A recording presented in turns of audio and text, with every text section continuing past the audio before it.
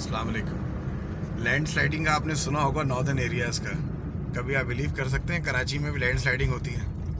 ये देखिए कैसे बड़े बड़े पत्थर पहाड़ों से गिर के नीचे आ गए। अल्लाह ताला ने मेहरबानी की है, बच गए लोग। ये देखिए ऊपर किस किस किस ख़तरनाक किस्म के पत्थर ऊपर से जो है नीचे आके गिरे हैं। ये देखिए लैंड स्लाइडिंग इन कराची, आप ये समझ लें। ये आप चौकी के पहाड़ हैं और ये इतने बड़े बड़े पत्थर यहाँ गिर गए। ये देखो बचत हो गई, अल्लाह की मेहरबानी है, बचत हो गई लैंड स्लाइडिंग से। लैंड स्लाइडिंग इन कराची। रास्ते बना देते हैं लेकिन उसके साथ साथ सेफ्टी मेजरमेंट नहीं बनाते।